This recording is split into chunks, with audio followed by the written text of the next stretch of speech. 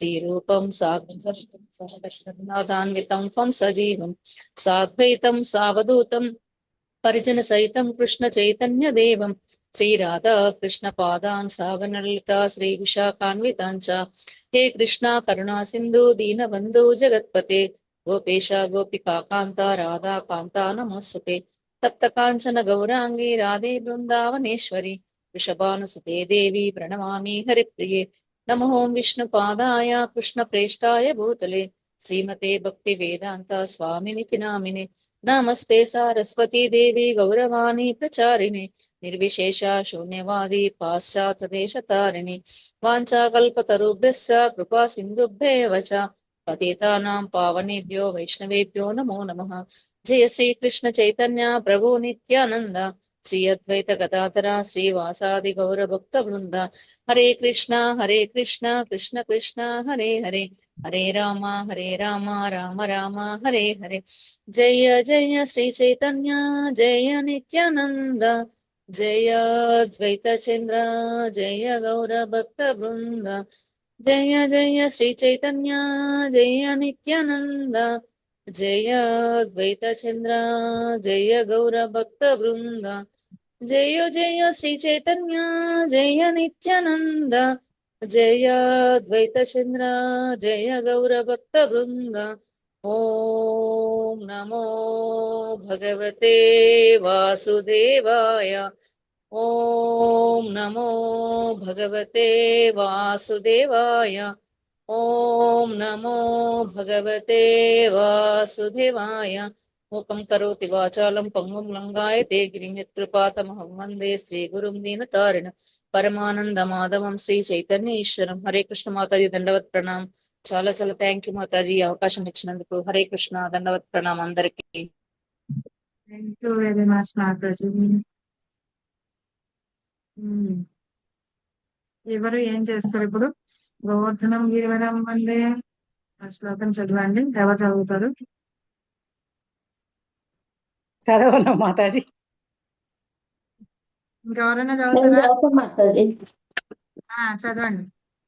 గోవర్ధనధరం వందే గోపాలం గోపరూపిణం గోకులోత్సవం ఈశానం గోవిందం గోపికా ప్రియం గోవర్ధనధరం వందే గోపాలం గోపరూపిణం గోకులోత్సవం ఈశానం గోవిందం గోపికా ప్రియం గోవర్ధనధరం వందే గోపాలం గోపరూపిణం గోకులోత్సవం ఈశానం గోవిందం గోపికా ప్రియం గోవర్ధనధరం వందే గోపాలం గోపరూపిణం గోకులోత్సవం ఈశానం గోవిందం గోపికా ప్రియం 33 టైమ్స్ చదవాలి మాతాజీ.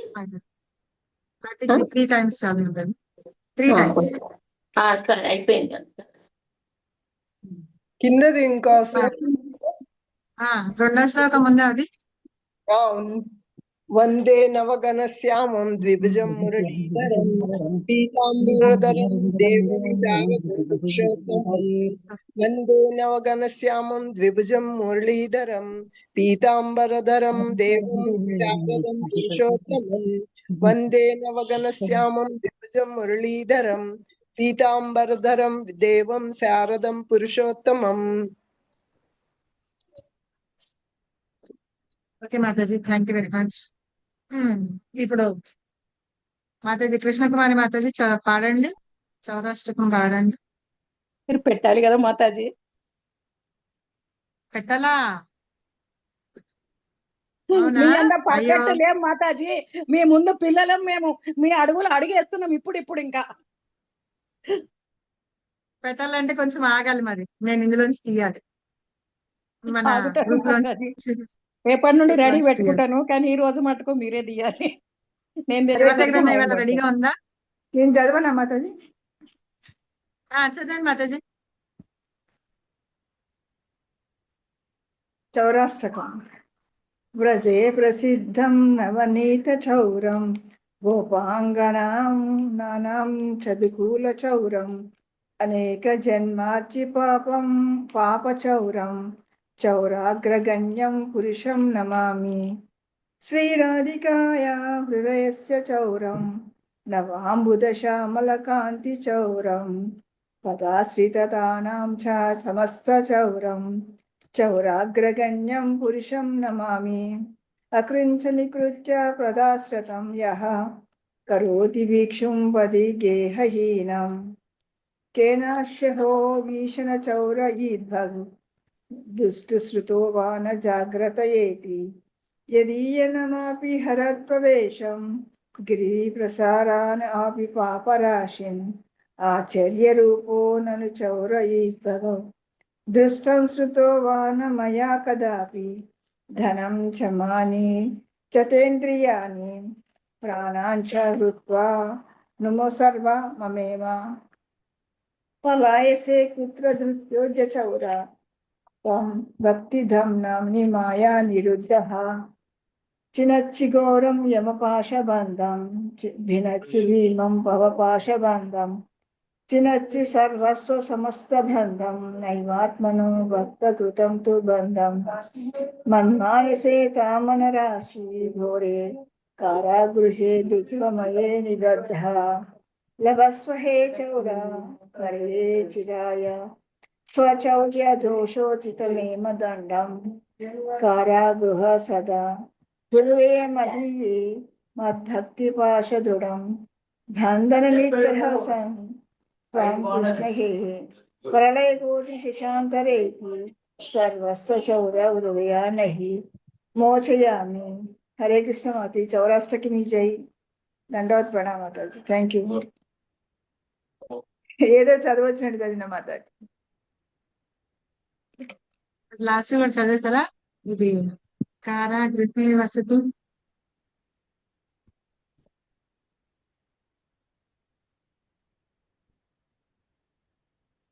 రేపటి నుంచి షేర్ చేస్తాను నేను కూడా. వాళ్ళకి ఇది కానిచ్చు. రేపటి నుంచి ఒక్కొక్కరు హరే కృష్ణ మాతాజీ. దండవత్. కరెక్టేనా మాతాజీ? కరెక్టే మా. అయితే కీర్తన లాగా చేయండి మాతాజీ. అదే అదే ఇక కొంచెం జయ ప్రసీదం మాకు ఇంకా రాలేదు. రేపు పాడండి పాశం లక్ష్మి మాతాజీ. ఓకే, అట్లా ఇవాళ పాడండి మాతాజీ చదివేస్తారు మాతాజీ. కదా. అది అలా పాడండి. స్వీట్ కూడా భాషలక్ష్మి మాతాజీ. పాశం లక్ష్మి మాతాజీ బాగా. అయితే ఎండ్ అయిపోయిన తర్వాత ఒకసారి మళ్ళీ పాడించుకుందాం మాతాజీ చేత. సరే, ఉండండి మీరు అలాగే వెళ్ళిపోకండి. ఏం వెళ్ళిపోను మాతాజీ. జాయిన్ అయితే వెళ్ళిపోను. జాయిన్ కాకపోతే ఎక్కడన్నా వెళ్తే రాను, కానీ జాయిన్ ఉంటే ఉంటా ఇంట్లోనే. సరే, హరే మనము కృష్ణ. కిందటి వారం ఎక్కడి వరకు చెప్పుకున్నాం? ఏమన్నా ఐడియా ఉందా ఎవరికన్నా?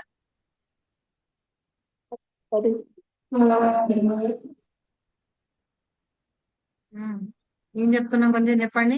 18th చాప్టర్ కి వచ్చేసాము. అది 18th చాప్టర్ అవ్వగొట్టేస్తున్నాము.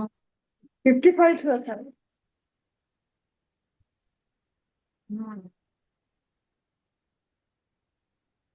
ఇప్పటి వరకు ఏం చెప్పారు కృష్ణ? అర్జునుడికి అన్ని రకాలు చెప్పారు. చెప్పిన తర్వాత మనం ముందు శ్లోకంలో ఏం చెప్పుకున్నాం కదా, 61 లో ఈశ్వర సర్వభూతాన హృదయసే అర్జున తిష్టతి. అందరి హృదయాల్లో నేనే పరమాత్మ రూపంలో ఉంటాను అని చెప్పి చెప్తున్నారు. సో అలాగా ఏంటంటే అలాంటి నన్ను తెలుసుకోవాలి అని చెప్పేసి, అలాగా సర్వజీవుల గతులన్నిటినీ నేనే నిర్దేశిస్తూ ఉంటాను అని చెప్పి చెప్పారు. ఇది 61 చెప్తాను. అయితే తర్వాత 65, ఇది చాలా మంచి శ్లోకము, ఇంపార్టెంట్ అయిన శ్లోకం. అయితే ఇది చెప్పిన తర్వాత కృష్ణ ఏం చెప్తారంటే 62 లో చెప్పారు, మీరు పరమాత్ముడినే నువ్వు శరణు వేడు అని చెప్పేసి చెప్పుతూ, ఇప్పుడు భగవంతుడు ఏంటి, ఒక దివ్యమైన జ్ఞానాన్ని అర్జునుడికి ఇచ్చారన్నమాట. ఇస్తూ భగవంతుణ్ణి ఎలా ఆశ్రయించాలి అని చెప్పారు, అలా శరణు పొందాలి అనే విషయాన్ని కూడా అన్ని చెప్పారు. ఇక్కడ ఎవరైతే కృష్ణుణ్ణి ఆరాధిస్తూ ఉంటారో వాళ్ళు ఎలా ఉంటారు ఏంటి అని తర్వాత శ్లోకంలో చెప్తారు. కాబట్టి ఇదంతా అయిన తర్వాత 63 లో ఏం చెప్తారంటే, నీకు చెప్పాల్సిందంతా చెప్పాను. ఇప్పుడు 17 చాప్టర్స్ లో అన్ని చెప్పాను. 18th చాప్టర్ లో కూడా కొంచెం గుహ్య జ్ఞానం చెప్పాను. చెప్పిన తర్వాత యథేచ్ఛసి తథా కురు అని, అంటే నేను నీకు ఏం చెప్పాను అన్ని అయిపోయి నువ్వు నీ ఇష్టానుసారం నువ్వు ప్రవర్తించు అని చెప్తారనమాట. ఇదా చెప్పి ఆయనకి స్వాతంత్రం ఇచ్చేశారు. మనం ఏం చెప్తాము, శ్లోకాలు చదవండి మాతాజీ, బైహార్ట్ చేయండి, ఇవి అవి అంటాం. తర్వాత హోంవర్క్లు చేయమంటాం. వరదకృష్ణ ప్రభు మనకి హోంవర్క్ ఇస్తారు, అది చేస్తామా చేయమో మన ఇష్టం అన్నమాట. సో అట్లాగే కృష్ణ చెప్పాల్సిందంతా చెప్పేసి నువ్వు ఏం చేయాలనుకుంటున్నావు నువ్వు చెయ్యి అని స్వతంత్రం ఇచ్చారన్నమాట. అయితే కృష్ణ తన ఆదేశాలన్నింటినీ ఇచ్చి బలవంతం చెయ్యట్లేదు అర్జునుడిని, నువ్వు తప్పకుండా ఇదే చెయ్యాలి, నేను చెప్పినవన్నీ నువ్వు చెయ్యాలి అని చెప్పి చెప్పట్లేదు. ఆయనకి జ్ఞానాన్ని ఇచ్చారు, ఏం చెయ్యాలి చెప్పారు. చెప్పిన తర్వాత ఇప్పుడు నీకు ఏది మంచిది అన్ని నేను చెప్పాను, చెప్పిన తర్వాత నీకు ఏది మంచిది చేస్తావు అని నీ ఇష్టం ఏం చేయాలో చెయ్యి అని చెప్పారు అనమాట. సో అది విన్న తర్వాత అర్జునుడు ఏం చేశాడు, గీతా శాస్త్రంలో ఉన్న ఈ లోతైన ఈ ఇన్ఫర్మేషన్ అంతా ఏదైతే ఉందో అదంతా ఆలోచించుకుంటున్నాడు. కృష్ణుడు చెప్పిందంతా అలాగా ఆలోచించుకుంటున్నాడు. అప్పుడు కృష్ణుడు ఏం చేశాడు, అర్జునుడి వైపు తిరిగి అతన్ని చూసేటప్పటికి ఇంకా కన్ఫ్యూజన్ లో ఉన్నాడు అర్జునుడు, ఏం చేయాలో అర్థం చేసుకోలేని పరిస్థితిలో ఉన్నాడు. అందుకని కృష్ణుడు ఏంటి, భగవంతుడు ఆయన వెన్నలాంటి హృదయం అన్నమాట. ఆయన హృదయం కరిగిపోయి చెప్తున్నాడు, అర్జున నేను నీకు ఇవన్నీ చెప్పాను, అంతా చెప్పిన తర్వాత గీతా శాస్త్రం యొక్క సారాంశం ఏదైతే ఉందో నేను నీకు ఇప్పుడు 2 శ్లోకాల్లో చెప్తాను, ఇప్పుడు చెప్తాను అని చెప్పేసి ఈయన పూర్తి సారాంశాన్ని, గీత యొక్క సారాంశాన్ని ఈ లాస్ట్ శ్లోకాల్లో చెప్తున్నారు అన్నమాట. అయితే ఇప్పుడు ఈ శాస్త్రంలో ఏమేం చెప్పారు అనేది ఏంటంటే మనం అవగాహన చేసుకోవాలి. ఇప్పుడు ఒక సినిమా గానీ ప్లే గానీ ఏదైనా చూసిన తర్వాత దానిలో నీతి ఏంటి, సమ్మరీ ఏంటంటే ఒక 2-3 లైన్లలో చెప్పడమో ఒక చిన్న పారాగ్రాఫ్ లో చెప్పడమో చేస్తాం కదా. సో అట్లాగనమాట భగవద్గీత అంతా చెప్పిన తర్వాత మనం దాని సారాంశాన్ని అంతా ఇబ్బంది లేకుండా ఎలా అవగాహన చేసుకోవాలి, తర్వాత మర్చిపోకుండా ఉండాలన్నమాట. అది ఈ క్రింది శ్లోకాల్లో చెప్తున్నారు. 64వ శ్లోకం నుంచి 66వ శ్లోకం వరకు చెప్తారు.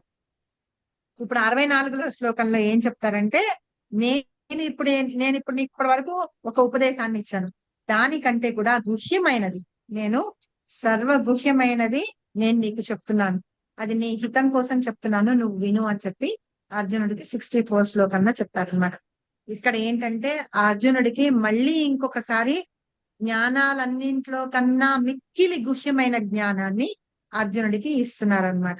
చెబుతూ ఇంతకు ముందు 9.34 అక్కడ కూడా ఒకటి చెప్పారు, పరమ గుహ్యమైన జ్ఞానాన్ని ఇస్తూ, ఆ చాప్టర్ పేరు అది ఇస్తూ అక్కడ ఒక ప్రామిస్ చేశారు కృష్ణ. అదే ప్రామిస్ మళ్ళీ ఇక్కడ చెప్తున్నారు అనమాట. భగవద్గీతలో ఈ 2 శ్లోకాలు 18.65 అండ్ 9.13 రెండు ఒకటే అన్నమాట. కృష్ణ ఎట్లా చెప్తున్నారు ఆ సారాంశాన్ని అంతా మళ్ళీ ఇక్కడ చెప్తున్నారు అనమాట, ఇంకా 2 ఉపదేశాల దీనిలో. సో ఇంతకంటే వేరే గుహ్యమైన జ్ఞానం ఏమీ లేదని, ఎక్కడ ఉన్నా ఏ ప్రదేశంలో ఉన్నా ఏ కారణం చేతనైనా సరే ఏ విధంగానైనా సరే దీన్ని మనం అందరం పాటించాలి అనే విషయాన్ని చెప్తున్నారు. ఆ శ్లోకమే ఈ శ్లోకం అన్నమాట. 18.65 మన్మనాభవ మద్భక్తో మధ్యాజీమాం నమస్కురు మామే వైశ్యస్ సత్యంతే ప్రతి జానే ప్రియోసిమే. అందరూ చదవండి, ఒక్కళ్ళు కూడా విడిచిపెట్టకుండా చదవండి. కృష్ణకుమారి మాతాజీ చదవండి, స్టార్ట్ చేయండి. హరే హరే కృష్ణ. కృష్ణ మాతాజీ. హరే కృష్ణ చదవండి మాతాజీ. మన్మనా భవ మద్భక్తో మధ్యాజీమాం నమస్కురు మామే వైశ్యసి సత్యంతే ప్రతిజానే ప్రియాసి మే. హరే కృష్ణ మాతాజీ. లక్ష్మీ మాతాజీ చదవండి. మాతాజీ నా దాంట్లో వేరే ఉంది, మత్పరాయణ మన్మనా మద్భవ మద్భక్తో మధ్యాజీ 9.34 అది, ఇది 18.65. ఓకే, ఇది చదివిన తర్వాత అది చెప్తాను మళ్ళీ. 65 చదువుతున్నా. సరే. 65 జీమాం నమస్కురు మామే వైశ్యసి సత్యం తే ప్రతి జానే ప్రియోసి మే. నేను 34 చదువుతున్నాను బాబు. 34 చదువుతున్నారు, అవును 9.34. చదవండి లైన్ గా. హరే కృష్ణ మాతాజీ చదవనా? హరే కృష్ణ చదవండి మాతాజీ. మన్మనా భవ మద్భక్తో మధ్యాజీ మాం నమస్కురు మామే వైశ్యసి సత్యం తే ప్రతిజానే ప్రియో అసి మే. Thank you Mataji.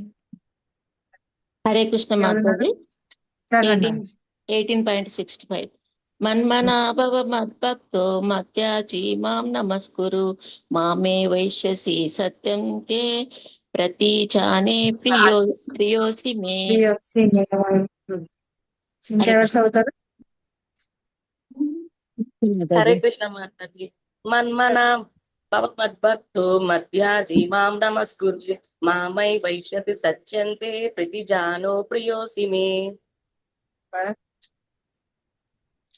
ఇంకా హరే కృష్ణ.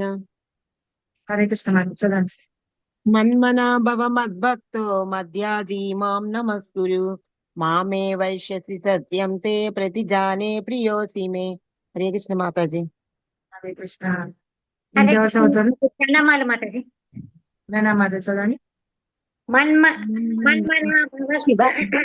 మన్మనా భవత్ మద్భక్తో మధ్యాజీ మాం నమస్కురు మామే వైశ్యసి సత్యం తే ప్రతిజానే ప్రియోసి మే. హరే కృష్ణ మాతాజీ. హరే కృష్ణ. ఇంకెవరు చదువుతారు? హరే కృష్ణ మాతాజీ ఆ మాతాజీ మన్మనా కొత్తగా భవ జాయిన్ అయింది మాతాజీ. ఒక్క నిమిషం ఉండండి. హరే కృష్ణ చదవండి మాతాజీ. మన్మనా భవ మద్భక్త్యో మధ్యాజీ మాం నమస్కురు మామే వైశ్యసి సత్యంతే ప్రతిజానే ప్రియేసి మే. ప్రియోసి మే. హరే కృష్ణ మాతాజీ. హరే కృష్ణ హరే చదవండి. కృష్ణ మాతాజీ. నేను చదువుతాను మేడం. చదవండి. మన్మనాభవ మద్భక్తో మధ్యాజీ మాం నమస్కురు మామే వైశ్యసి సత్యం తే ప్రతిజానే ప్రియోసి మే. హరే కృష్ణ. హరే కృష్ణ. సో ఎవరి దగ్గర ఇంకా అందరూ అయిపోయినారా? చదువుతారా? దేవిశ్రీ మాతాజీ ఇందాక మీరు ఏంటంటున్నారు? పంప మాతాజీ చదువుతారా? చదువుతాను మాతాజీ. చదవండి. హరే కృష్ణ. మన్మన భావో మద్భక్తో మధ్యాజీ మాం నమస్కురు మామే వైశ్యసి సత్యం తే ప్రతిజానే ప్రియోసి మే. హరే కృష్ణ. ఇందాక దేవిశ్రీ మాతాజీ ఏమంటున్నారు మీరు? మాతాజీ ఒక మాతాజీ వచ్చింది కొత్తగా. ఆమె మీ వినేసి కంటిన్యూగా మొన్న రఘునాథ్ ప్రభుజీ చెప్పినవి కూడా మొత్తం విన్నది. మీరు ఎంత బాగా చెప్తున్నారని ఆ మాతాజీ అడిగితే లింక్ పెట్టిన మాతాజీ. మీ పర్మిషన్ లేకుండా తప్పైతే క్షమించండి. ఏం లేదు మాతాజీ, ఇది భగవద్గీత క్లాసెస్ మనం చెప్పుకుంటున్నాం, ఎవరన్నా రావచ్చు. ఇది ఏంటి అనేది మనం ఎవరు చదవాలి, ఏం చదవాలి, ఎట్లా చదవాలి శ్లోకాలు చదువుకున్నాం. ఎవరు మాట్లాడుతున్నారు? ఎవరు? విశాఖ దేవిదాస్. హరే కృష్ణ. హరే కృష్ణ. లాస్ట్ లో వచ్చేసినాని. థ్యాంక్ యూ మాతాజీ. హరే కృష్ణ. చదివారా మీరు? శ్లోకం చదువుతారా? చదివారా? చదివాను. Okay okay. ఎవరి దగ్గర నా బుక్ ఉంటే గనక వర్డ్ బై వర్డ్ మీనింగ్ చదవండి ఈ శ్లోకానికి. నేను చదువుతాను మాతాజీ. హరే కృష్ణ. మాతాజీ చదవనా? చదవండి. మత్ మన నన్ను గూర్చే ఆలోచింపుము, భవ కమ్ము మత్ భక్త నా భక్తుడవు, మత్ యాజి నన్ను పూజించు వాడవు, మాం నాకు నమస్కరింపుము, మాం నన్నే ఏవా నిశ్చయముగా ఏష్యసి నీవు పొందుదువు, సత్యం సత్యముగా తే నీకు ప్రతిజానే వాగ్దానము చేస్తుంటిని, ప్రియ అసి ప్రియమైన వాడవు మే నాకు. హరే కృష్ణ మాతాజీ. ఇప్పుడు బుక్ ఉంటే 9.34 లో వర్డ్ బై వర్డ్ మీనింగ్ చదవండి ఎవరన్నా. ఈ శ్లోకం 9.34. పాసు లక్ష్మీ మాతాజీ చదవండి. 34 ఇందాక తీశారు కదా. శ్లోకం చదివి వర్డ్ బై వర్డ్ మీనింగ్ చదివి.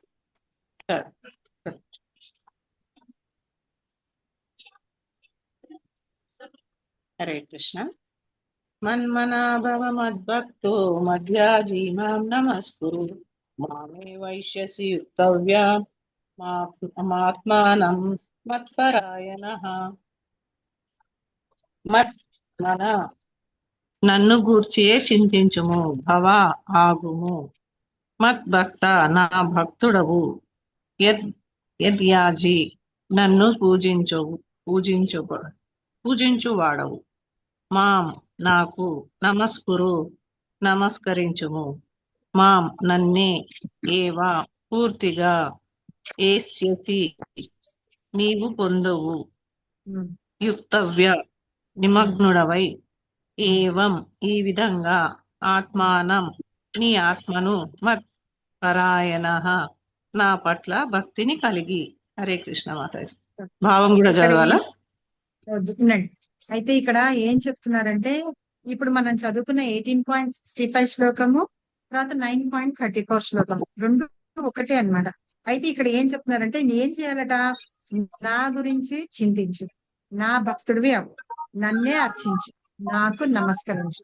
ఈ 4 పనులు చేయాలి. ఏం చేయాలి? చింతించాలి, భగవంతుడి భక్తుడు అవ్వాలి, ఆయన్ని అర్చించాలి, తర్వాత ఆయన్ని నమస్కరించాలి. ఈ రకంగా చేసావనుకో నువ్వేం చేస్తావు? తప్పకుండా నా దగ్గరకు వచ్చేస్తావు. నేను నీకు ప్రామిస్ చేస్తున్నాను అని చెప్తున్నారు ఇక్కడ. భగవంతుడు స్వయంగా ప్రామిస్ చేస్తున్నారు. అది 9.34 లోకి వచ్చేటప్పటికి కూడా అదే చెప్తున్నారు. నీ మనస్సు నా మీద లగ్నం చేయమంటున్నారు. నా గురించి చింతించు, నా భక్తుడి అవ్వు, నన్నే పూజించు, నాకు నమస్కారం చెయ్యను. మన్మనా భవ మద్భక్తో మధ్యాజీమం నమస్కురు మామైశ్వరి మామే వైశ్యసి చేయవాడు. సో ఎప్పుడు నా గురించి ఈ 4 పనులు చేయాలట. చింతించాలి, భక్తుడు అవ్వాలి, పూజించాలి, నమస్కారం చేయాలి. ఇలా చేస్తూ నా భక్తుడు అయి నన్ను నమస్కరించినప్పుడు నువ్వేం చేస్తావు? నా దగ్గరికి చేరుతావు అని చెప్పారు. ఇక్కడ దీన్ని ఇంకా స్ట్రాంగ్ గా ఏం చెప్తున్నారంటే 18.65 లో నేను నీకు ప్రామిస్ చేస్తున్నాను అని చెప్తున్నారు అనమాట. అందుకనే సేమ్ శ్లోకం ఇందాక ఏం చెప్పుకున్నాము, అందులో ఉన్న సారాంశం ఏదైతే ఉందో అదే మళ్ళీ ఇక్కడ చెప్తున్నారు అని చెప్పుకున్నాం కదా.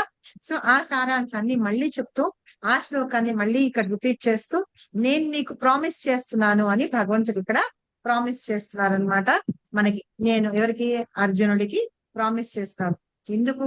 నువ్వు నాకు ప్రియం మిత్రుడివి, మిక్కిలి ప్రియమైన వాడివి కాబట్టి నేను నీకు ప్రామిస్ చేసి చెప్తున్నాను. ఈ 4 చేస్తే గనక కంపల్సరీగా నా ధామానికి వస్తారు, నన్ను చేరుతారు అని చెప్తున్నారు. అర్థమైందా డిఫరెన్స్ దానికి దీనికి? కాబట్టి మనసుని భగవంతుడి మీద నిలపడం, ఆయన భక్తుడవ్వడం, ఆయన్ని పూజించడం, ఆయన్ని చింతించడం, అవి చేస్తూ ఉంటే గనక మనం భగవంతుడి ధామానికి చేరుతాం అనమాట. ఇది స్వయంగా ఆయన ఇస్తున్న ఏంటి ప్రామిస్ అన్నమాట. ఇక్కడ ఏం చెప్తారంటే మన్మన అంటే నన్ను గురించి ధ్యానించు, చింతించు అని చెప్పారు కదా. అయితే భగవంతుడి మీద మన మనస్సుని ఏకాగ్రం చేయడం అన్నమాట. అయితే ఆ ఏకాగ్రం చేయడం అనేదే జ్ఞానంలో మిక్కిలి రహస్యమైన భాగం. అది ఎలా మనం చేస్తాము అదే గుహ్యతం, అంటే అదే సీక్రెట్ అన్నమాట. సీక్రెట్ భాగం కాబట్టి నేను మళ్ళీ చెప్తున్నాను నీకు అని చెప్పి ఇందాక 64 లో చెప్పారు కదా. ఇప్పటి వరకు చెప్పిన దానికంటే కూడా ఆ సారాంశాన్ని అంతటిని గుహ్యమైన జ్ఞానాన్ని నీకు చెప్తున్నాను అన్నారు కదా. నీ మనసుని నా మీద లగ్నం చెయ్యాలి. అయితే ఆ లగ్నం చేసేటప్పుడు ఏంటంటే భగవంతుడి యొక్క గురించిన జ్ఞానాన్ని తెలుసుకోవడం అన్నమాట. ఇది ఎట్లా అంటే భగవంతుడు విభుజాలు కలిగి ఉంటారు, చేతిలో వేణువు పట్టుకొని వాయిస్తూ ఉంటారు, నీల మేఘ శరీరంలో ఉంటారు, సుందరమైన మొహం కలిగి ఉంటారు, తర్వాత ఉంగరాలు కలిగిన జుట్టు కలిగి ఉంటారు, కిరీటం తల మీద నెమలి పింఛాన్ని దాల్చి ఉంటారు. అలాగా శ్రీకృష్ణుని యొక్క దివ్యమైన రూపాన్ని మనం ధ్యానించాలట. ఆ రూపాన్ని మన మనసులో నిలుపుకోవాలట. అది నిజమైన జ్ఞానం అని. అలాంటి ఆ రూపాన్ని మనం మనసులో ధ్యానం చేస్తూ చింతించాలి ఆయన గురించి అన్నమాట. సో అది ఆయన మన్మన అంటే అర్థమని. తర్వాత మద్భక్తో అంటే నా భక్తుడి అవ్వు, నా భక్తుడి అవ్వు అంటే నువ్వు కృష్ణుడి యొక్క భక్తుడు అవ్వడం అన్నమాట అని అర్థం ఇక్కడ. అయితే కృష్ణుని యొక్క గురించి జ్ఞాని కానీ యోగులు కానీ ఎవరైనా సరే ఆయన్ని తెలుసుకోవాలంటే, ఆయన భక్తులు అవ్వాలంటే రకరకాల పనులన్నీ చేస్తున్నారు. అంటే సాధనాలు చేస్తుంటారు. కొంతమంది కూర్చొని తపస్సు చేస్తారు, ఆయన ధ్యానంలో చేస్తూ ఉంటారు, అలా చేస్తుంటారు. కానీ అన్నిటికంటే కూడా ఏంటంటే మనం ఏం చేయాలటంటే భగవంతుడి గురించిన శ్రవణం వినాలి. శ్రవణం చేస్తూ ఆయన యొక్క నామాన్ని మనం కీర్తిస్తూ ఉండాలన్నమాట. కీర్తిస్తూ ఆ అర్చా విగ్రహాలు ఏవేవైతే ఉన్నాయో, శ్రీమూర్తులు ఏవేవైతే ఉన్నాయో ఆ మూర్తుల్ని దర్శిస్తూ ఉండాలట. ఆలయాన్ని శుభ్రం చేస్తూ ఉండాలి. తర్వాత పూలు కోయడము, తీసుకురావడము, ఆ తర్వాత సేవలు చేస్తూ ఉంటాం కదా, మాలలు కట్టడము, ఆయనకి ఆ విగ్రహాలకి వస్త్రధారణ చేయడము, అభిషేకం చేయడము, తర్వాత ఆభరణాలతోటి వాటితోటి బట్టలు వేసి అలంకరించడం అవన్నీ చేస్తూ ఉంటాం చూసారా. అలాంటివన్నీ మనం భగవంతుడి కోసం చెయ్యాలన్నమాట. అలా చేస్తున్నప్పుడు ఏంటిటా, మనలో ఉన్న ఈ ఇంద్రియాలు ఏవైతే ఉన్నాయో, పంచేంద్రియాలు ఉన్నాము, తర్వాత 5 పంచేంద్రియాలు, 5 జ్ఞానేంద్రియాలు ఉన్నాయి కదా, ఇవన్నీ కర్మేంద్రియాలు, అవన్నీ కూడా భగవంతుని సేవలో నెలకొని ఉంటాయట. సో అలా ఉన్నప్పుడు అలాగా భగవంతుణ్ణి భక్తుడు అవుతా అంటాం మనం. సరేనా? అలా సేవ చేస్తున్నప్పుడు మనం భగవంతుడి యొక్క భక్తుడు అవుతాం అంటున్నారు. తర్వాత రెండోది మధ్యాజీ మాం అన్నారు. అంటే నన్నే అర్చించు. అర్చించు. ఎలా ఎలా అర్చిస్తావు? పుష్పాలు పెట్టు, పూలమాలలు వెయ్యి, ఆభరణాలు వెయ్యి, గంధమద్దు, తర్వాత దీపం పెట్టు, నైవేద్యం పెట్టు, ధూపం వెయ్యి, అలాంటివన్నీ చెయ్యి. చామర వీయడము, ఛత్రం వీయడము, ఛత్రం పట్టుకోవడము, ఇలాంటివన్నీ ఏమో అర్చనా విధానాలు అన్నమాట. వాటన్నిటితోటి నువ్వు నన్ను అర్చించాలి, అంటే పూజించాలి అని చెప్తున్నారు. సో షోడోపచార పూజ అంటారు, పంచోపచార పూజ అంటారు.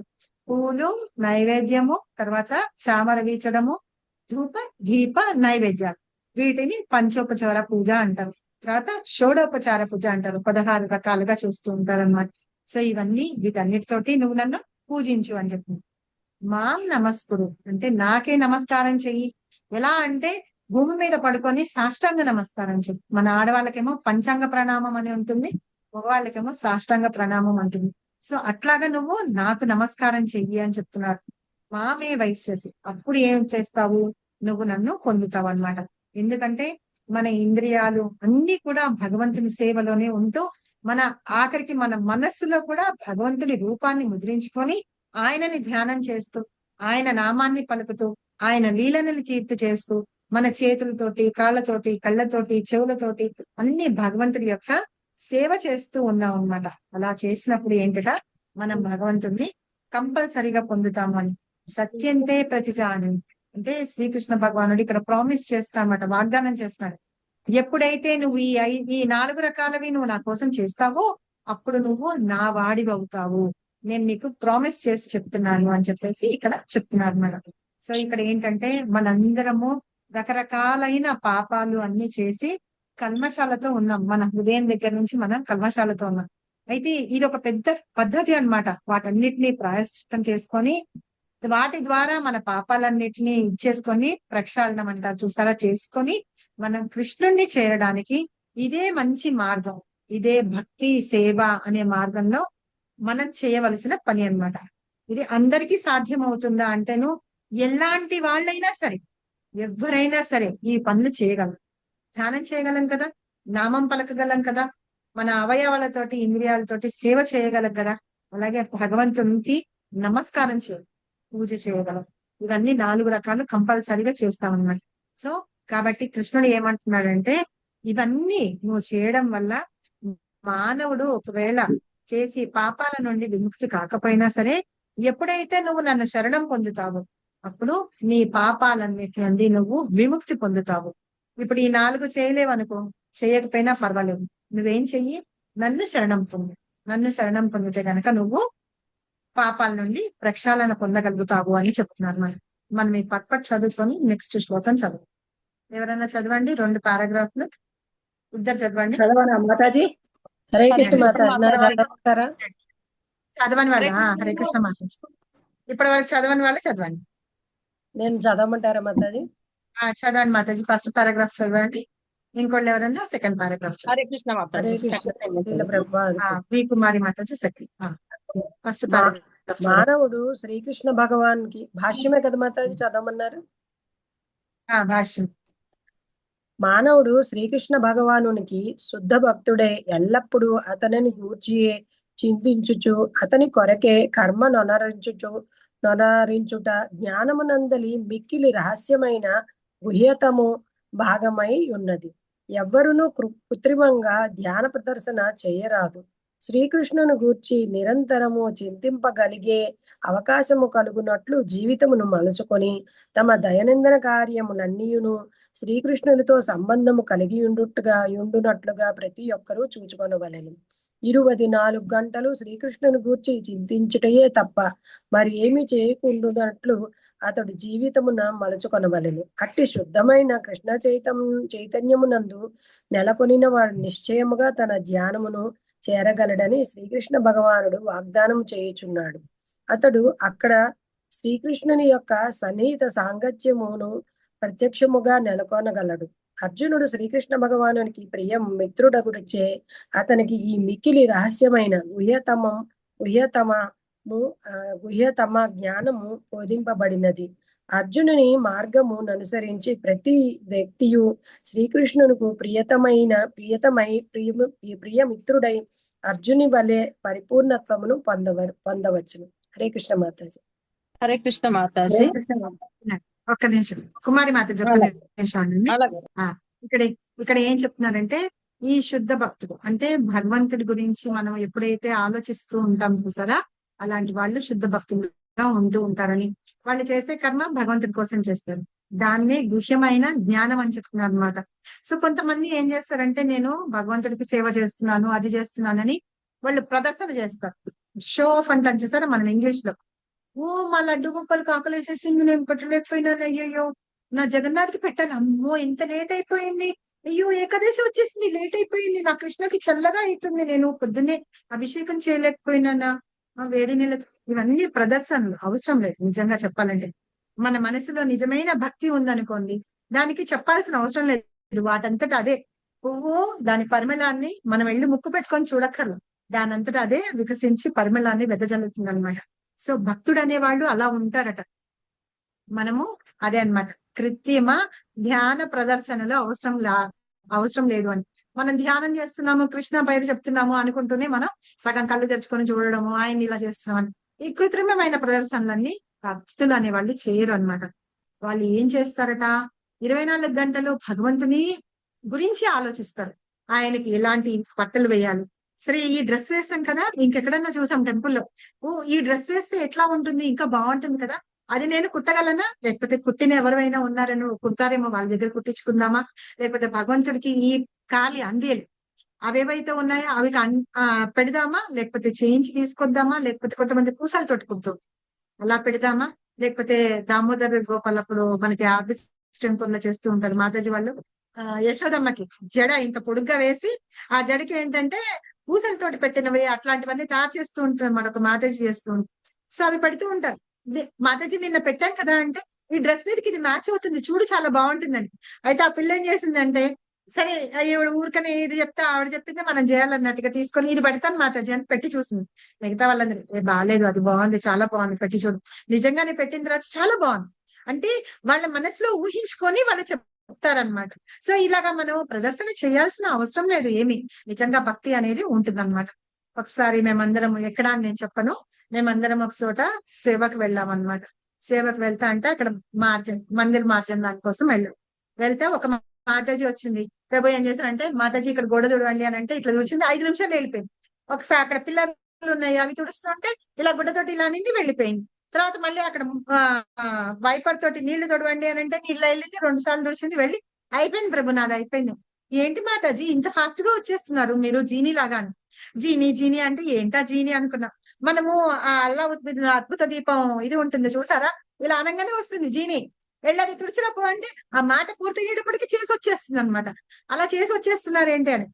తర్వాత ఇంకో మాతాజీ ఆవిడ ఉండబట్టలేక, ఏంటి మాతాజీ చేస్తే సవ్యంగా చేయాలి, మనం భగవంతుడి సేవ కోసం వచ్చామంటే ఆవిడ ఏమంటుంది, నేను సేవ చేయడానికి వచ్చిన ప్రసాదం పెడితే తిని వెళ్ళిపోదామని ఉన్నాను, నా ఇంట్లోనూ నేనే తుడుచుకోవాలి ఇక్కడ నేనే తుడుచుకోవాలా అంటే ఆవిడ అంటుంది, మీరు కృష్ణుడిది ఇల్లు తుడుస్తున్నారు కదా, మీ ఇంటికి తుడవడానికి కృష్ణ వస్తాడు అనుకుంటున్నారా అని అంటుంది ఆవిడ. సో అట్లా ఏంటంటే మనం నా ఇంట్లోనే నేనే తుడుచుకోవాలట, ఇక్కడ వచ్చి నేనే తుడవాలా. నిన్ను సేవకి రమ్మని ఎవరు అడిగారు, నువ్వు షో ఆఫ్ ఇచ్చుకోవడానికి నేను ఇలా తుడుస్తున్నాము. అక్కడ వాళ్ళు ఫొటోస్ అవన్నీ తీసి పెడుతూ ఉంటారు కదా, మీడియాలో పెడుతూ ఉంటారు. అందుకోసం అన్నమాట ఈ పొలిటికల్ వాళ్ళు వచ్చి పిల్లలకి అన్నం పెట్టడము, లేదా నీళ్లు పట్టుకొని వాళ్ళకి ఏమన్నా చేయడం, ఇలాంటివన్నీ రోడ్డు చిమ్ముతున్నట్టు చీపురు కట్ట పట్టుకోవడం ఉంటుంది. అలాంటి ప్రదర్శనలన్నీ అవసరం లేదనమాట. కృష్ణుని గురించి చింతించడం అంటే ఆయనకి ఎలా వేయాలి, ఏం చేయాలి, రేపటి రోజున మనకి ఇష్టమైంది కాదు, కృష్ణకి ఏమి ఇష్టం, ఎలాంటి వెరైటీ చేయాలి, ఏం చేయాలని వాళ్ళు 24 గంటలు కృష్ణుని యొక్క ఆలోచనలో ఉంటారన్నమాట. ఆయనకి ఇంకా అందంగా తయారు చేస్తే ఎట్లా ఉంటుంది. అలాగే లడ్డు గోపాలు మాకు సమ్మర్ బాగా ఉంటుంది, ఇప్పుడు ఇక్కడ ఎట్లా ఉందో ఇంతకంటే డబల్ ఉంటుంది అనమాట అక్కడ ఉండేది ఎండ. అయితే మామూలు బట్టలు వేసేస్తున్నాము. నాకు ఒకసారి అనిపించింది, కృష్ణకి కాటన్ వేస్తే ఏమైతుంది అని. లడ్డు గోపాల్ ఉన్నాడు, బుజ్జి లడ్డు గోపాల్ ఉన్నాడు అనమాట. అయితే నేను మా మాతాజీని అడిగాను, తను మా శిక్షది గురువు అయితే ఆవిడని అడిగాను, మాతాజీ కృష్ణకి ఎప్పుడు అవే చంకీలు అవన్నీ ఉన్నట్టు మనమే వేసుకోలేము, మన పిల్లలకి కాటన్ క్లాత్ చేసినాం, పైగా స్లీవ్లెస్ వి చక్కగా మంచి మంచి క్లాత్ కొనిస్తున్నాం కదా, అలా వేయచ్చా మాతాజీ అని. అంటేను చలికాలంలో స్వెటర్లు కుట్టిందాన్ని ఇవి కుట్టలేవా నువ్వు అని. అంటే మీ పర్మిషన్ కావాలి కదా అన్న. ఆలోచించడమే గొప్ప. అప్పుడు నేనేం చేస్తాను, నా దగ్గర కాటన్ డ్రెస్సెస్ వేస్తాను నేను ఎక్కువ. అయితే వాటిల్లోంచి కొంచెం చిన్న ముక్క, ఇంత ముక్క సరిపోతుంది, బుజ్జి లడ్డు గోపాల్ 0 నెంబర్ అన్నమాట. సో బుజ్జి లడ్డు గోపాల్ అది తీసి కుడితే వెళ్ళిన ప్రతిసారి అన్నమాట అది వేయించుకుంటాడు, అది ఎవరో తీసుకెళ్ళిపోతారు. మళ్ళీ అది తీసి మార్స్తాము, వెళ్ళిపోతుంది అనమాట. ఎక్కడికి వెళ్ళిపోయేదో తెలియదు, ఎవరు తీసుకెళ్లే వాళ్ళో తెలియదు. అలా వారం వారం కుడుతూ ఉండేవాళ్ళం. అయితే కృష్ణకి నీకు చేసిన డ్రెస్సెస్ నచ్చినట్టున్నాయి, ఇంకెక్కడికో వెళ్ళి అక్కడ వేసుకోవాలని అక్కడికి తీసుకెళ్తాడు. ఇక్కడ ఉంచితే కనుక మళ్ళీ నువ్వు ఇంకోటి కుట్టవు కదా, లేదు కాబట్టి కుడుతున్నావు, కాబట్టి ఇంకోటి కుట్టాడు కదా అందుకని నీ చేత కుట్టించుకొని ప్రతి వారం ఒక్కొక్కటి మార్పించుకోవాలని చెప్పి వేసుకుంటున్నాడు. అంటే మనం ఆలోచన విధానం ఎలా ఉండాలంటే అలా ఉండాలి. మనకి ఎలా అయితే వేడి తగులుతుంది, ఇది తగులుతుంది కదా, అలాగా కృష్ణుడికి కొంచెం మన ఆబిడ్స్ టెంపుల్ అదే నిన్న నేను మన రాధా గోపీనాథ్ టెంపుల్ కి వెళ్ళాం. అక్కడ ప్రభుపాద ఎదురుకుండా కూలర్ పెట్టింది అనమాట. అంటే మనము వాళ్ళని నిజంగా అక్కడ ఉన్నట్టుగా మనం అర్థం చేసుకుంటున్నాం కాబట్టి అలాగా. అలాగే లోపలికి వస్తే మనకి ఆబిడ్స్ టెంపుల్ లో కూడా పైన అక్కడ ఏసీ ఉంది. సో లేడీస్ కి ఏంటంటే వాళ్ళు నిజంగా రాయి విగ్రహాలు కాదు, వాళ్ళల్లో భగవంతుడు ఉన్నారు అని చెప్పి మనం ఆ సేవ చేయడం అన్నమాట. అంతే తప్పించి మనం ప్రదర్శించుకోవడానికి వాటికి మనం సేవ అనేది అవసరం లేదు. ఇలా ఉంటే గనక నిజంగానే కృష్ణుడు మనకి కనిపిస్తాడన్నమాట. ఇలా 24 గంటలు అలాగ వాళ్ళందరూ కూడా చూస్తూ ఉంటారు, భగవంతుడికి సేవ చేస్తూ ఉంటారు. అలా చేస్తేట కృష్ణుడి స్వయంగా ఆయన ఇప్పుడు చేసిన వాగ్దానం, ప్రామిస్ ఏదైతే ఉందో ఆ ప్రామిస్ ని నెరవేరుస్తారు. మన సాంగత్యంలోకి వచ్చి ఇచ్చేసి మనం భగవంతుని ధామానికి వెళ్ళగలుగుతాం, ఆయన ప్రామిస్ నెరవేరుస్తారు అని చెప్తున్నాం. ఓకే, తర్వాత మాతాజీ చదవండి, కుమారి మాతాజీ. హరే కృష్ణ మాతాజీ. ద్విభుజములు కలిగి వేణువును ధరించి సుందరమైన వదనమును కలిగి కేశములందు నెమలి పింఛమును దాల్చిన నీలమేఘ శరీరుడైన కృష్ణ రూపమును నందే మానవుడు మనసును కేంద్రీకరించవలెను. ఈ శ్లోకము నొక్కి చెప్పుచున్నది. కృష్ణ భగవాను గురించి వర్ణములు బ్రహ్మ సంహిత మరియు ఇతర శాస్త్రములందు గోచరించుచున్నవి. శ్రీకృష్ణ భగవాను అట్టి ఆది రూపము నుండి మానవుని మనసుని లగ్నము చేయవలెను. అతడు భగవానుని ఇతర రూపముల వైపునకు కూడా తన శ్రద్ధను మరచరాదు. శ్రీకృష్ణ భగవానునకు విష్ణువు, నారాయణుడు, శ్రీరాముడు, వరాహాది వంటి అనేక రూపములు గలవు. కానీ భక్తుడు మాత్రం ఏ ఇతర రూపములందు ఆసక్తుడు కాకుండా అర్జునుని ఎదుట ప్రత్యక్షమై ఉన్నట్టి దివ్య రూపము పైననే తన మనసుని కేంద్రీకరించవలెను. ఆ విధంగా శ్రీకృష్ణుని సచ్చిదానంద రూపముపై మనసును కేంద్రీకరించుటయే పరమ గుహ్య జ్ఞానము.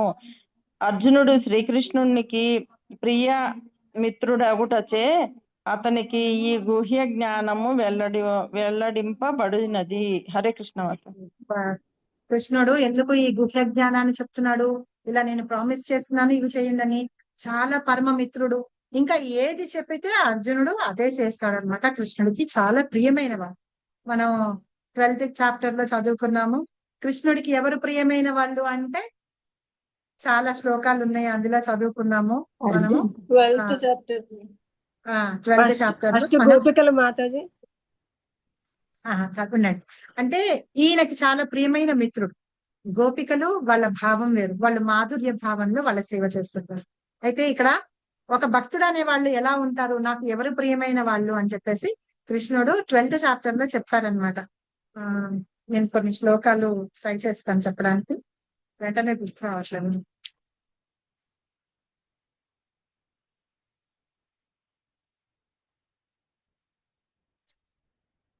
అద్వేష్ట సర్వభూతానాం మైత్రాకరణ ఏవ చ నిర్మమో నిరహంకార సమాధికా సుఖక్షమి సంతుష్ట సతతం యోగి యథాత్మా దృఢ నిశ్చయ మయ్యర్పితా మనో బుద్ధే మద్భక్తే సమే ప్రియ.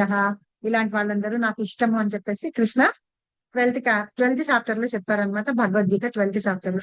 సో ఇక్కడ ఏంటంటే కృష్ణని మనము రూపము, ఆయన రూపం ఎలా ఉంటుంది అనేది మనకి శాస్త్రాల్లో వాటన్నిటిలో చెప్పి ఉన్నారు.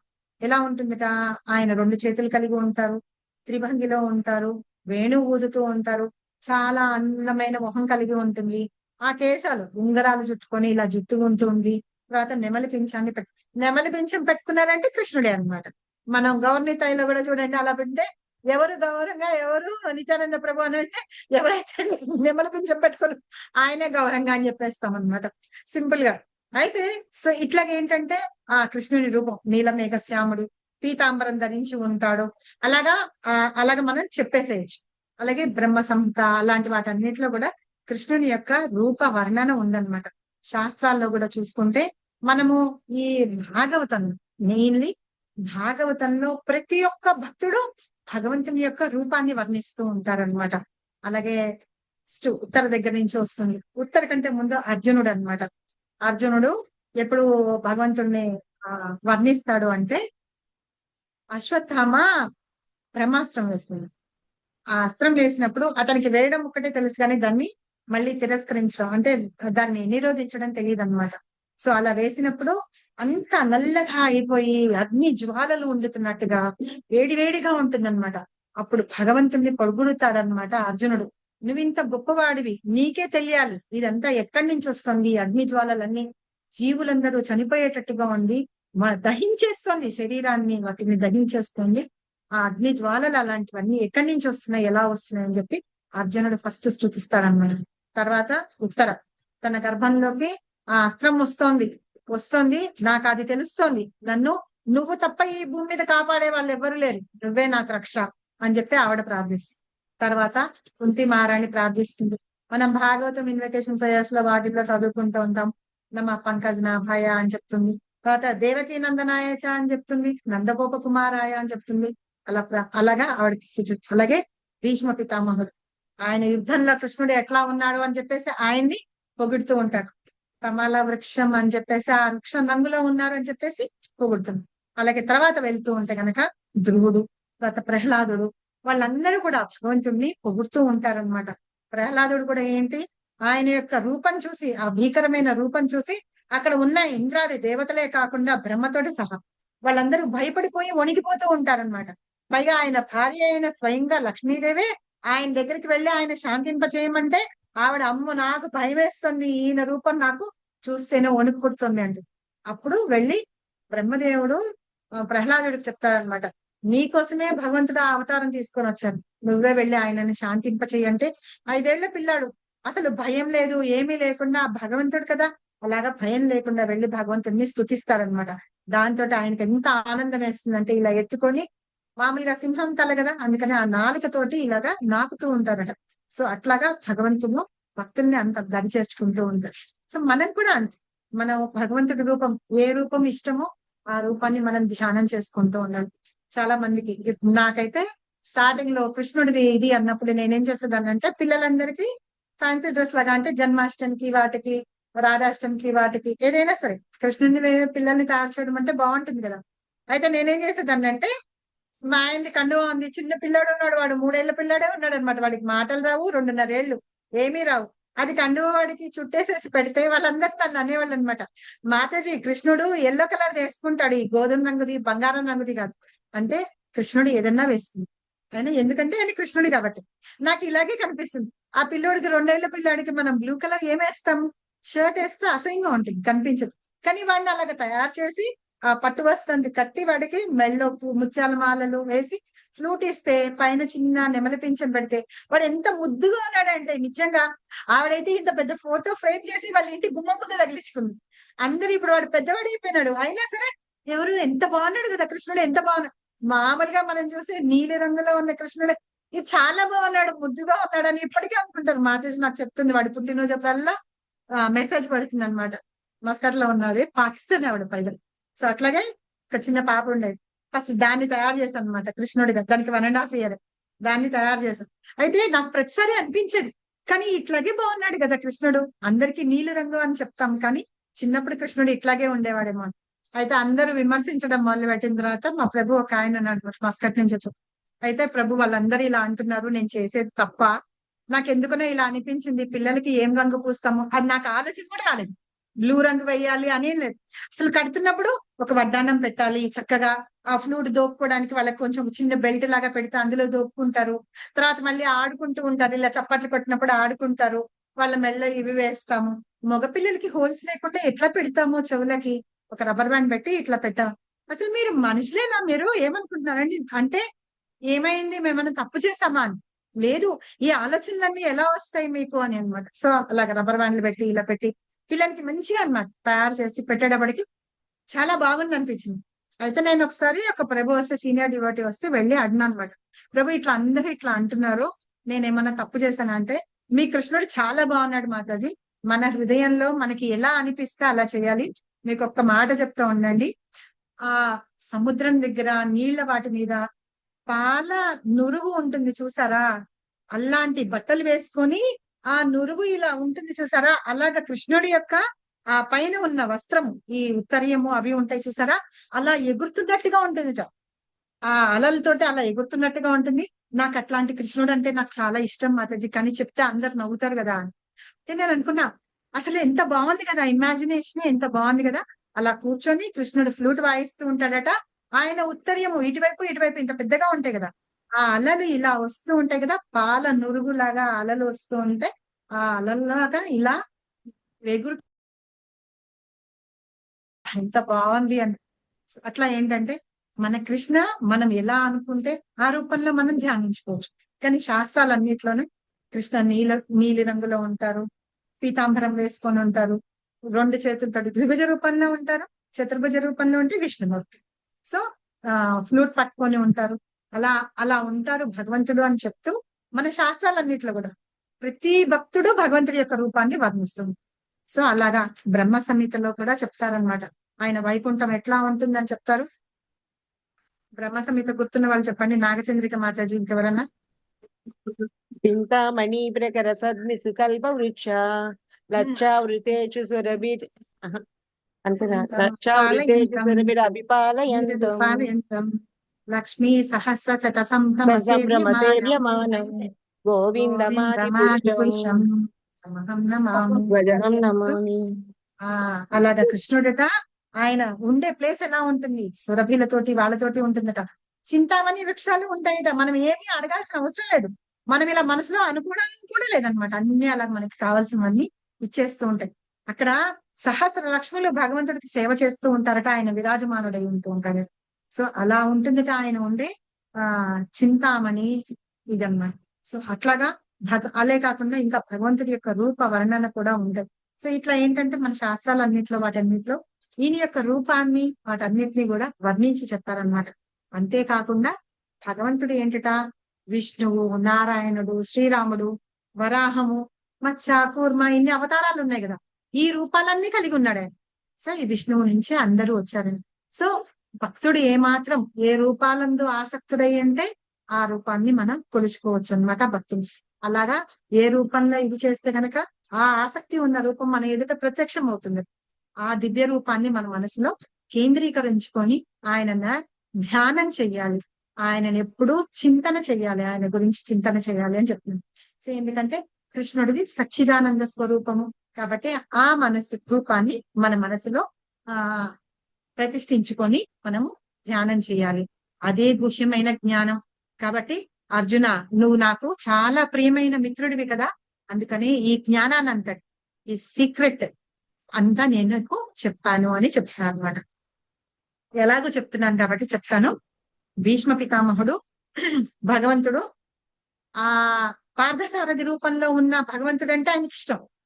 ఎలా ఉన్నాడు, ఆ చక్రాన్ని తీసుకొని ఒక ఉదుడున వచ్చి పెద్ద జంప్ తీసుకొని, లాంగ్ జంప్ తీసుకొని, ఒక సింహం ఎలాగైతే తన ఆహారాన్ని పట్టుకోవడానికి ఒక ఉదుడిన ఎగురు జంప్ వేస్తుందో అలా వచ్చినప్పుడు చక్రం పట్టుకొని వెనకాల నుంచి అర్జునుడు ఆయన కాలు పట్టుకుంటాడు, లెఫ్ట్ లెగ్ పట్టుకుంటే ఆయన ఉత్తరీయం కింద పడిపోతూ ఉంటుంది. కృష్ణుడు ఆ ఉత్తరీయం పడిపోతుంటుంది కదా, ఆ రూపాన్ని చూస్తే నాకు ఇంత ఆనందం వేస్తుంది.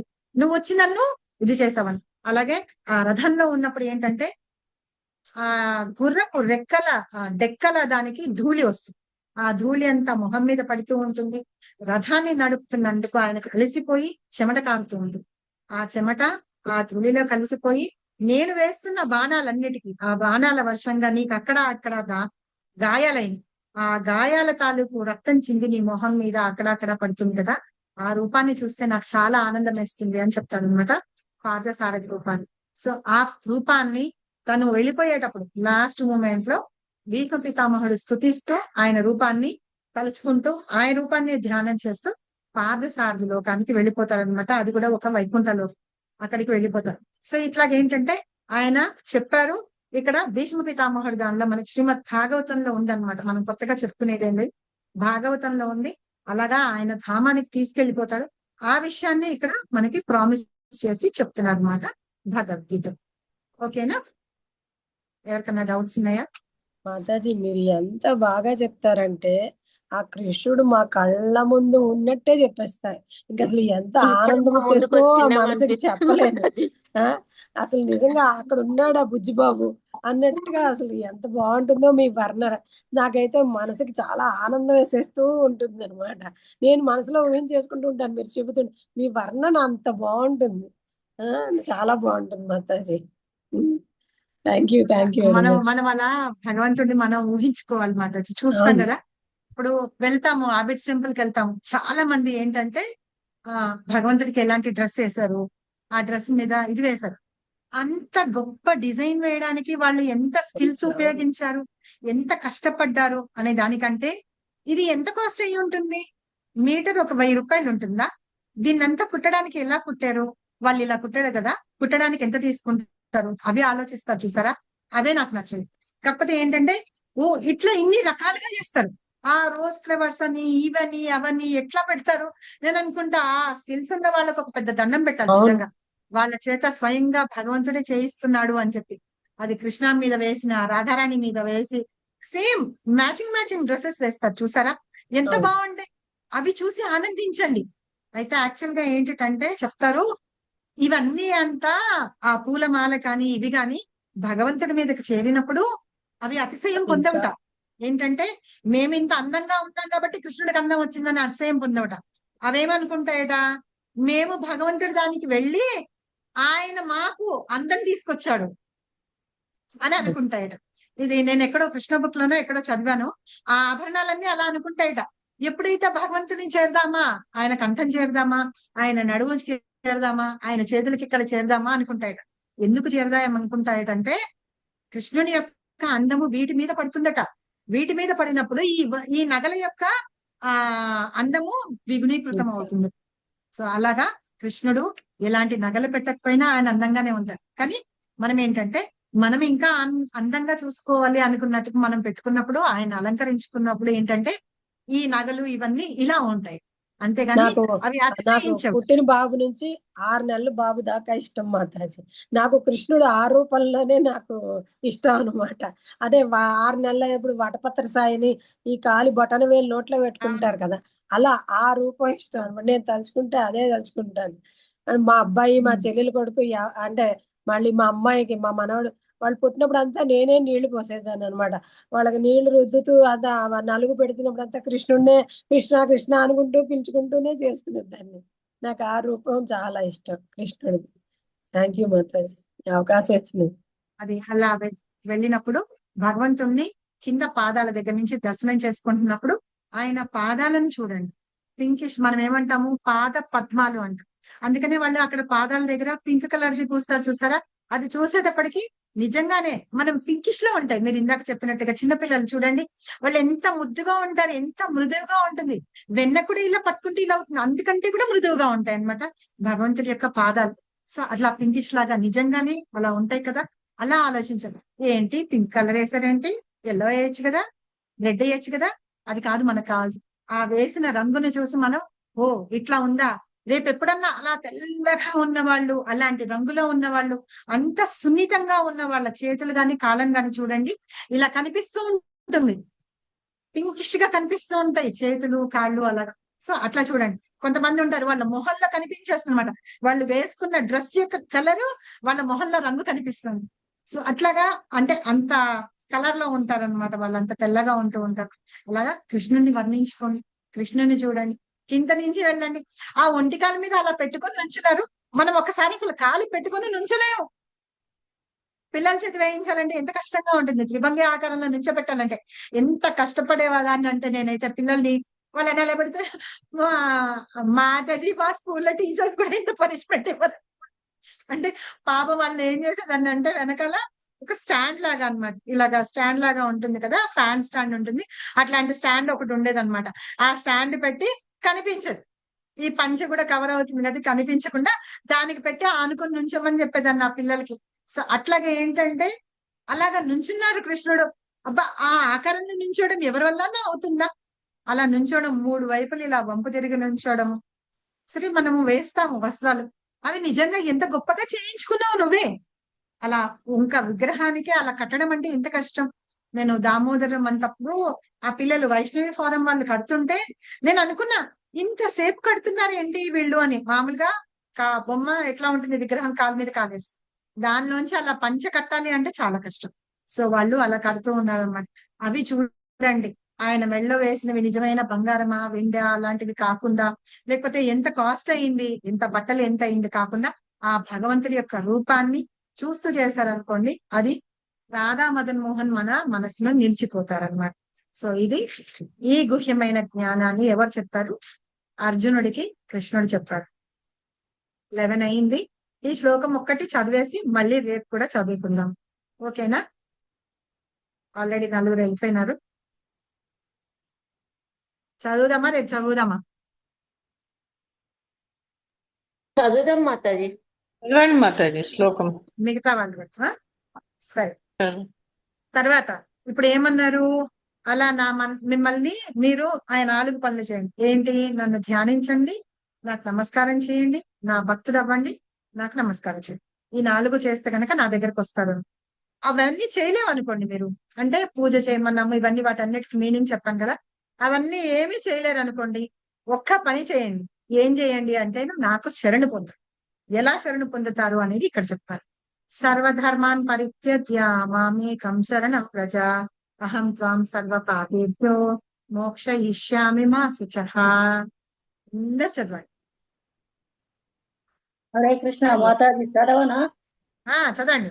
సర్వధర్మాన్ పరిత్యజ్య మామేకం శరణం వ్రజ అహం త్వాం సర్వ పాపేభ్యో మోక్షయిష్యామి మా శుచః. హరే కృష్ణ మాతాజీ. హరే కృష్ణ.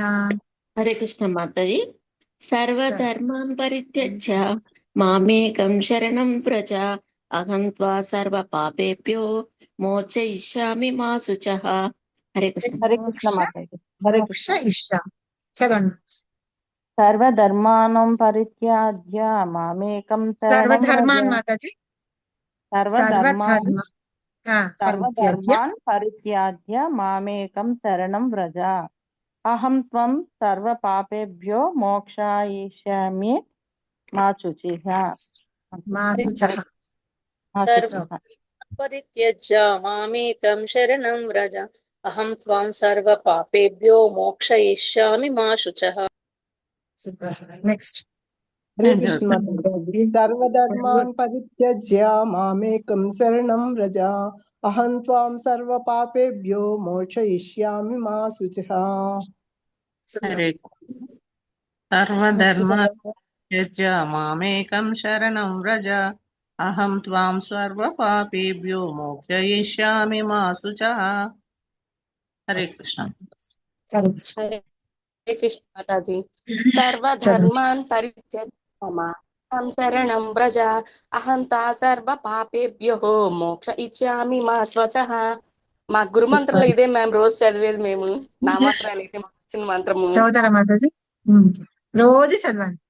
సర్వధర్మాన్ పరిత్యజ్య భాగవతం యొక్క ఎసెన్స్. ఎసెన్స్ అంటే ఏంటి? అవును, చాలా బాగా వర్ణించారు మాతాజీ. కృష్ణయ్యని మాత్రం కళ్ళల్లో కనిపించేశాడు. ఎసెన్స్ అంటే ఏంటి?